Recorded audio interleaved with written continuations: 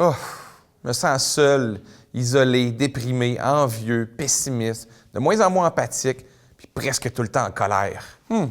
Si je me fie à de nombreuses études, je crois savoir c'est quoi ton problème. Internet. Bienvenue à Vérité et Conséquences.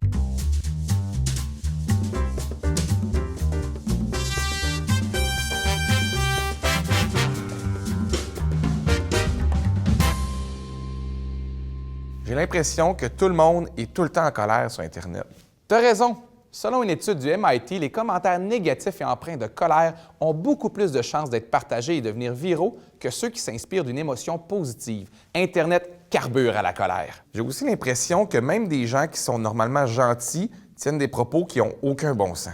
Encore là, t'as raison. Comme le mentionne le chef de l'Institut de prévention de la haine en ligne, on assiste sur Internet à une normalisation des propos extrêmes. La présence en très grand nombre de propos racistes ou sexistes incite d'autres gens à penser que c'est correct de dire ça. C'est comme si les gens se disaient des affaires qu'ils n'oseraient jamais se dire dans la vraie vie. T'as raison, Internet a un effet désinhibiteur sur nous. C'est ce qu'avait déjà constaté dès 2004 le psychologue américain John Suller. La distance que crée l'ordinateur entre les gens nous fait oublier notre code moral. Internet a le même effet que 3 ou 4 bières. Tu veux dire que ça nous rend tous un peu plus cochons? Oui, mais surtout, on y tient des propos irréfléchis dont on n'est pas nécessairement fier le lendemain. Comme cet homme de 42 ans condamné la semaine dernière à 30 jours de prison pour avoir menacé de mort le petit Jérémy. L'homme a prétendu devant le juge qu'il voulait seulement faire une blague. Un petit truc pour savoir si une chose se dit ou pas, sors de ta chambre, va dans le salon, regarde ta mère, puis dis-y « Hey, grosse conne, m'a te réglé ton cas, tu vas voir! » Sa réaction devrait te donner un indice. Mais le pire, c'est que j'ai l'impression que ça dérange même pas les gens de dire n'importe quoi, même si c'est pas vrai. T'as malheureusement raison. De nombreuses études ont démontré que lorsque les gens croient qu'il y a peu de risques que leurs propos leur soient remis au visage, ils ont tendance à faire des raccourcis intellectuels. Pire encore, c'est ceux que tu vois pas leur face avec un nom que tu sais qu'il se peut pas vraiment. T'as encore raison.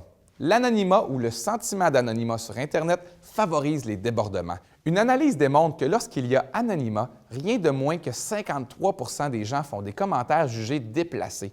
Le pourcentage diminue à 29 % lorsqu'on peut voir leur vraie identité. Je suis sûr que c'est pire sur les sites de fausses nouvelles.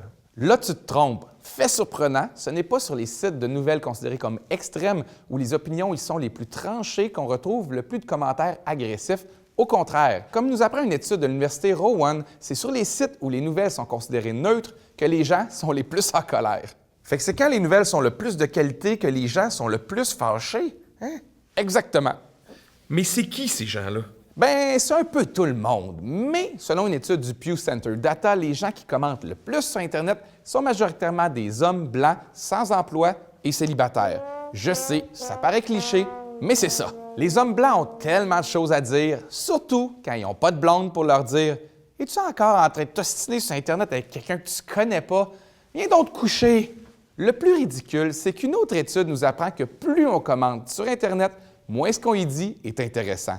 Effectivement, plus une personne commente, moins il y a de chances qu'elle contribue au débat et plus il y a de chances qu'elle soit agressive. C'est d'ailleurs une des raisons pour lesquelles certains sites ont tout simplement décidé de fermer leur section commentaires. En se basant sur une étude de l'Université du Wisconsin, ils ont conclu que les commentaires, en plus de nuire au débat, pouvaient influencer la perception que se font les gens d'une nouvelle. Des commentaires négatifs, bien que non fondés, laissent croire aux gens que la nouvelle n'est pas de qualité ou même parfois fausse, même si ce n'est pas le cas. À l'inverse, une autre étude nous apprend que les bons commentaires ont, eux, très peu d'influence. OK, si je résume, les commentaires sur Internet favorisent les comportements antisociaux, nuisent à la moralité, contribuent à l'isolement, à la colère, les raccourcis intellectuels, normalisent le racisme et le sexisme et nuisent à la compréhension d'une nouvelle. C'est pas mal ça. Ça te dérange-tu si je reste couché encore un peu? Ben non, prends ton temps. À la semaine prochaine, tout le monde!